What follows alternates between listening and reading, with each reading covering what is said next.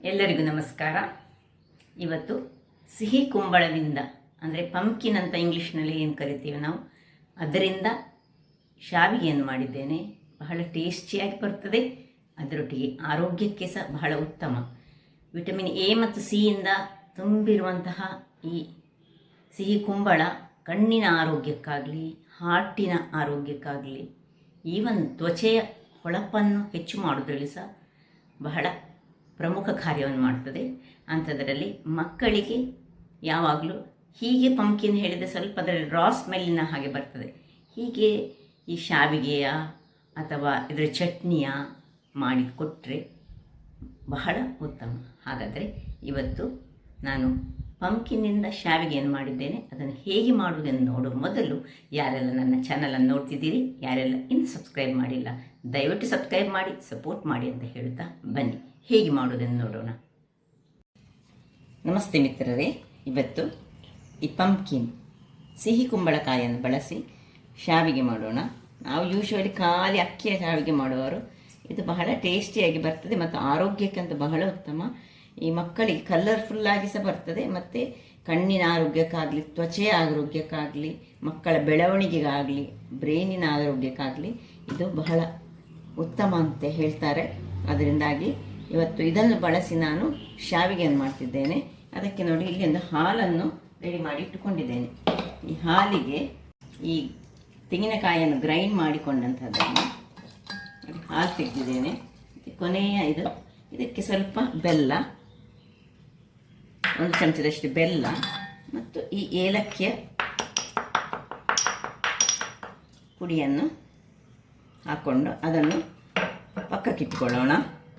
ಈಗ ಈ ಒಂದು ಪಂಪ್ಕಿನ್ನ ಸಿಪ್ಪೆಯನ್ನು ತೆಗೆದು ನಾನು ಇದನ್ನು ಕಟ್ ಮಾಡಿಕೊಳ್ತೇನೆ. ಮೊದಲಿಗೆ ಇದರ ಬೀಜವನ್ನು ತೆಗೆದುಕೊಳ್ಳೋಣ. ಬೀಜವನ್ನು ಹೀಗೆ ಬೀಜದ ಭಾಗ ನಮಗೆ ಬೇಡ.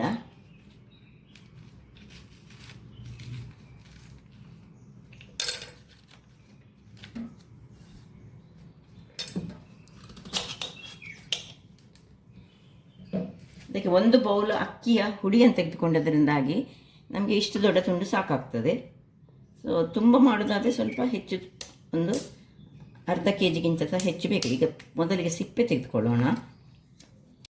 ವೀಕ್ಷಕರೇ ನೋಡಿ, ಸಣ್ಣದಾಗಿ ಹೆಚ್ಚಿಟ್ಟುಕೊಂಡು ಸಣ್ಣದಾಗಿ ಮಾಡಿ ಈಗ ಇದನ್ನೊಂದು ಮಿಕ್ಸಿ ಜಾರಿಗೆ ಹಾಕ್ಕೊಂಡು ಇದನ್ನು ನುಣ್ಣಗೆ ಪೇಸ್ಟ್ ಮಾಡ್ಕೊಳ್ಳೋಣ. ಸ್ವಲ್ಪ ನೀರು ಹಾಕ್ಕೊಳ್ಬೋದು. ವೀಕ್ಷಕರೇ ಇಲ್ಲಿ ನೋಡಿ, ಒಳ್ಳೆ ನುಣ್ಣಗೆ ಪೇಸ್ಟ್ ಮಾಡಿಕೊಂಡೆ. ಈ ಲೋಟದಲ್ಲಿ ನಾನು ಅರ್ಧ ಲೋಟದಷ್ಟು ನೀರು ಹಾಕ್ಕೊಂಡೆ ಗ್ರೈಂಡ್ ಮಾಡುವಾಗ ನೋಡಿ ಇಷ್ಟು ಒಳ್ಳೆ ಫೈನಾಗಿ ಪೇಸ್ಟ್ ಆಗಬೇಕು. ಈಗ ಇಲ್ಲೊಂದು ಬಾಣಲೆಯನ್ನು ಇಟ್ಕೊಂಡಿದ್ದೇನೆ, ಅದನ್ನು ಉರಿಸಿಕೊಳ್ಳೋಣ. ಅದಕ್ಕೆ 1 ಚಮಚದಷ್ಟು ತುಪ್ಪ ಹಾಕ್ಕೊಂಡು ಚೂರು ಬಿಸಿ ಆಗುವಾಗ ಈ ಏನು ಪೇಸ್ಟ್ ಮಾಡಿದ್ದೇವೆ ಇದನ್ನು ಹಾಕ್ಕೊಳ್ಳೋಣ.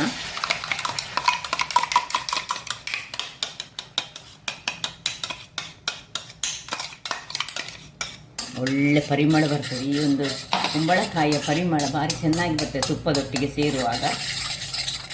ಅದು ಸ್ವಲ್ಪ ಇದರಲ್ಲಿ ಆ ತುಪ್ಪದೊಟ್ಟಿಗೆ ಇದು ಮಿಕ್ಸ್ ಆಗಬೇಕು. ಇದು ಬೇಗ ಆಗುವಂಥದ್ದು. ಬೆಳಿಗ್ಗೆ 1 ತುಂಡು ಕುಂಬಳಕಾಯಿ ಇದ್ದರೆ ಸಾಕು, ಪಟಪಟನೆ ಆಗ್ತದೆ. ಸ್ವಲ್ಪ ಹೀಗೆ ಇದರದ್ದು ಚೂರು ಹಸಿ ವಾಸನೆ ಹೋಗೋ ತನಕ ನಾವು ಹುರಿದುಕೊಳ್ಳೋದು. ವೀಕ್ಷಕರೇ ನೋಡಿ, ಇಷ್ಟಾಗುವಾಗ ಈಗ ನಾವು ಈ ಒಂದು ಮಿಕ್ಸಿ ಜಾರಿಗೆ 1.5 ಲೋಟದಷ್ಟು ನೀರನ್ನು, ಈ ಬೌಲಲ್ಲಿ ಎಷ್ಟು ತೆಗೆದುಕೊಂಡಿದ್ದೇವೆ ಅದರದ್ದು 3 ಪಾಲಿನಷ್ಟು ನಾವು ನೀರನ್ನು ತೆಗೆದುಕೊಳ್ಬೇಕಾಗ್ತದೆ. ಈಗ ನೋಡಿ, ನೀರನ್ನು ಅದಕ್ಕೆ ಹಾಕ್ಕೊಂಡು ಇದನ್ನು ಗಂಟಿಲ್ಲದ ಹಾಗೆ ತಿರುಗಿಸ್ಕೊಳ್ಳೋಣ. ಈಗ ಇದಕ್ಕೆ 1 ಕಲ್ಲಿನಷ್ಟು ಸ್ವಲ್ಪ ಎಷ್ಟು ರುಚಿಗೆ ತಕ್ಕಷ್ಟು ಉಪ್ಪನ್ನು ಹಾಕ್ಕೊಳ್ತಿದ್ದೇನೆ.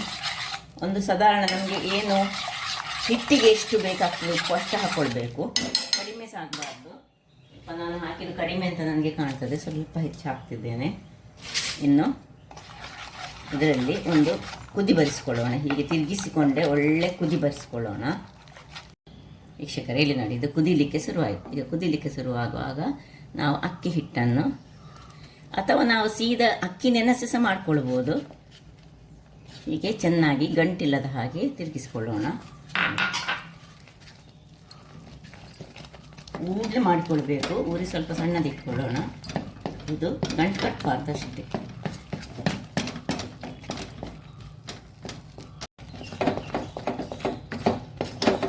ಒಂದು ಹದಕ್ಕೆ ಬರುವವರೆಗೆ, ಅಂದರೆ ನಮಗೆ ಒಂದು ಡೋ ಫಾರ್ಮ್ ಆಗಬೇಕು, ಅಷ್ಟವರೆಗೆ ನಾವು ಇದನ್ನು ಹೀಗೆ ತಿರುಗಿಸ್ಕೊಳ್ಬೇಕು. ನೋಡಿ, ಸ್ವಲ್ಪ ಸಹ ಗಂಟು ಕಟ್ಟಲಿಲ್ಲ, ನಿಮಗೆ ಕಾಣ್ಬೋದು.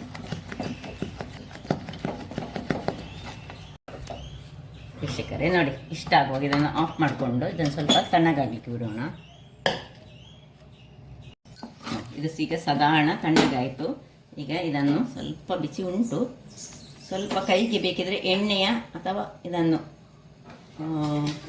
ನೀರನ್ನು ತಾಗಿಸಿಕೊಂಡು ನಾವು ಇದನ್ನು ಒಂದು ಸ್ವಲ್ಪ ಉಂಡೆಯ ಆಕಾರಕ್ಕೆ ತೆಗೆದುಕೊಳ್ಳೋಣ. ಎಣ್ಣೆಯನ್ನು ಕೈಗೆ ಹಚ್ಚಿಕೊಂಡು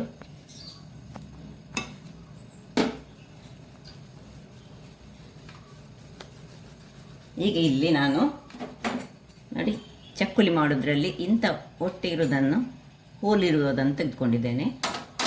ಈಗ ಅದನ್ನು ಇದಕ್ಕೆ ಫಿಕ್ಸ್ ಮಾಡ್ಕೊಳ್ಳೋಣ.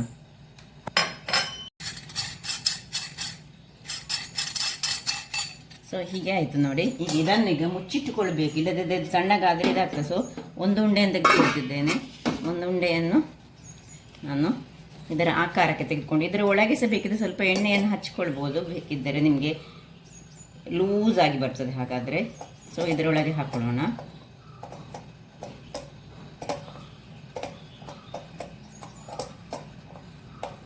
ಎಣ್ಣೆ ಹಾಕಿದರೆ ಈಸಿಲಿ ಹೋಗ್ತದೆ ಸಹ. ಸೊ ಇಷ್ಟು ಸಾಕಾಯಿತು ನೋಡಿ. ಇದನ್ನು ಮುಚ್ಚಿಟ್ಕೊಳ್ಳೋಣ. ಈಗ ಇಲ್ಲಿ ನಾನು ಇಡ್ಲಿ ತಟ್ಟೆಗೆ ಹೀಗೆ ಬಾಳೆ ಎಲೆಯನ್ನು ರೆಡಿ ಮಾಡಿಕೊಂಡಿದ್ದೇನೆ. ಈಗ ಇದನ್ನು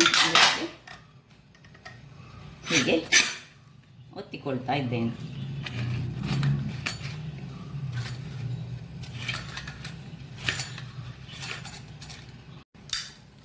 ನೋಡಿ, ಈ ರೀತಿಯಾಗಿ ಇದನ್ನು ನಡುವಲ್ಲಿ ಸ್ವಲ್ಪ ಸ್ಥಳ ಬಿಡ್ತೇನೆ. ಯಾಕೆ ಹೇಳಿದರೆ ಇಡ್ಲಿಯ ಪಾತ್ರೆಯಲ್ಲಿ ಮಾಡೋದಲ್ಲ ನಾವು, ಹಾಗಾಗಿ ಅದರ ನಡುವಲ್ಲಿ ಹೋಲ್ ಮಾಡಿಕೊಂಡು ನಾವು ಇಡ್ಲಿಕ್ಕೆ ಉಂಟು. ಹಾಗೆ ನೋಡಿ, ಒಂದರಲ್ಲಿ ಒಂದು ಫುಲ್ಲು ಒತ್ತಲಿಕ್ಕೆ ಆಗ್ತದೆ, ಅಷ್ಟು ನಾವು ಮಾಡಿಕೊಳ್ಬೋದು.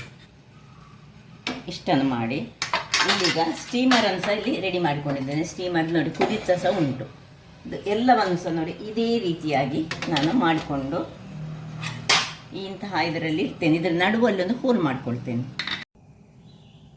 ವೀಕ್ಷಕರೇ ನೋಡಿ, ಎಲ್ಲವನ್ನು ಹೀಗೆ ಮಾಡಿಟ್ಕೊಂಡೆ. ನಡುವಲ್ಲಿ ಯಾಕೆ ಹೋಲಿಟ್ಟದ್ದು ಹೇಳಿದರೆ, ಈ ಇಡ್ಲಿಯ ನಡುವಿನ ಭಾಗಕ್ಕೆ ಇದನ್ನು ಇಟ್ಟುಕೊಳ್ಳಿಕ್ಕೆ ನೋಡಿ ಒಂದನ್ನು ಹೀಗೆ ಇಟ್ಟುಕೊಂಡಿದ್ದೇನೆ ನಾನು. ಈಗ ಉಳಿದದನ್ನೆಲ್ಲ ಇದೇ ರೀತಿಯಾಗಿ ಹೀಗೆ ನಡುವಲ್ಲಿ ಸ್ವಲ್ಪ ಹೋಲ್ ಮಾಡಿಕೊಂಡು ಇಟ್ಕೊಳ್ತೇನೆ. ವೀಕ್ಷಕರೇ ನೋಡಿ, ನೀರು ಸಹ ಕುದಿದಿದೆ.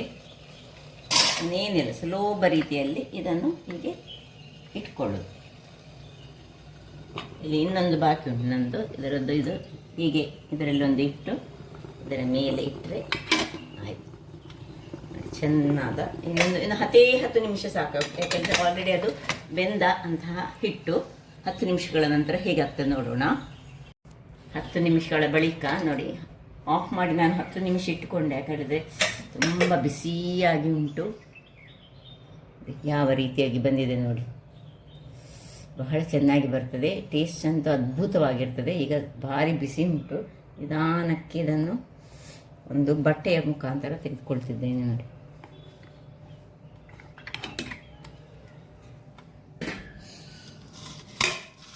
ಬಹಳ ಚೆನ್ನಾಗಿ ಬರ್ತದೆ.